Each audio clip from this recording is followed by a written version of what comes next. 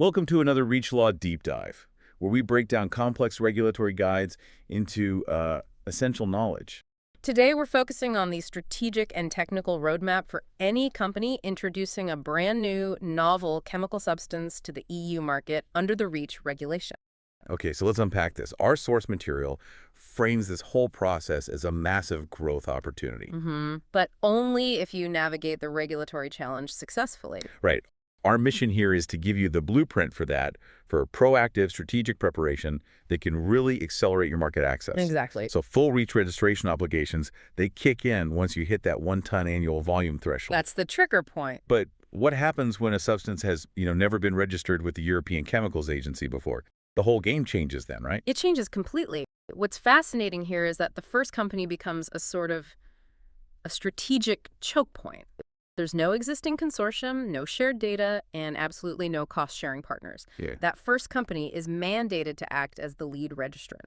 That sounds like a heavy burden, doesn't it? It is, because your organization assumes the legal duty under REACH. You're accountable for the entire dossier's accuracy and its compliance. But there must be an upside. Oh, the reward is massive.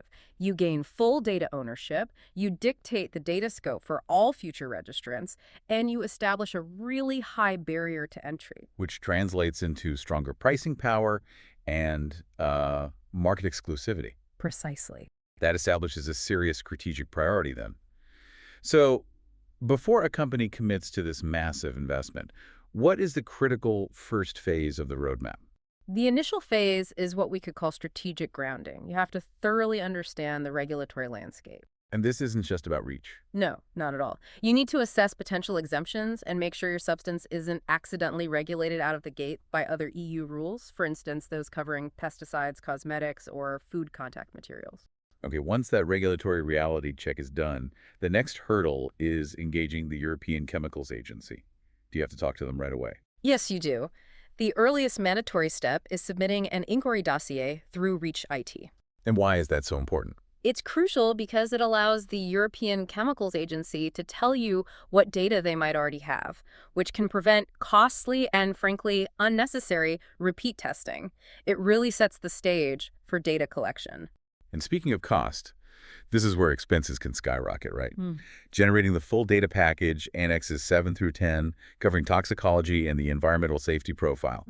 I saw the estimate testing costs can exceed €100,000 per substance for the higher tonnage bands. That's why strategy is so essential here.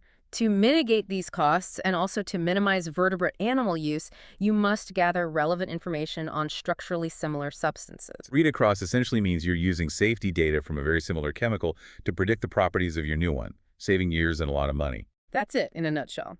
Once all the data is generated, the final step is to prepare and submit the full Euclid dossier via REACH IT. The European Chemicals Agency then does a completeness check. Which only takes about 3 weeks, surprisingly. Yes, that part's relatively quick. But the whole timeline sounds daunting.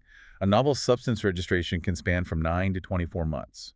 And the longest part is the data generation, lasting anywhere from 4 to 18 months. That's right. What's the one factor that determines if a project is fast or slow? That massive variance usually comes down to the testing required for the highest tonnage band the company plans to sell into. Higher tonnages demand much more complex, time-consuming testing protocols. So what does this all mean for global companies? If I'm a non-EU manufacturer, how do I handle that lead registrant liability? Non-EU manufacturers have to appoint an EU-based only representative. An OR. Yes. This only representative acts as the legal duty holder on your behalf, and that effectively shields EU importers from any direct obligations. It transfers that critical liability. That's significant. But the source material really emphasizes that registration isn't the finish line. What happens after you get the approval stamp? Right, it's not the end. Companies must update their dossiers. They have to respond to evaluation requests from the European Chemicals Agency and maintain compliance. And if they don't? Failure to do so risks enforcement actions, supply chain disruption, and even loss of EU market access. This is a long-term commitment, not just a one-off transaction. And our source material makes a great final point. Even if your novel substance is a safer, greener alternative to a hazardous chemical, full REACH obligations may still apply. Yes, that's a key takeaway.